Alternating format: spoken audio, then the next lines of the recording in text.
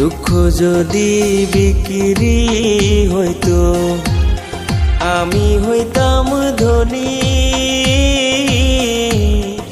আমার কাছে আছে সই গো দুঃখ নামের খনি, সই গো দুঃখ নামের খনি।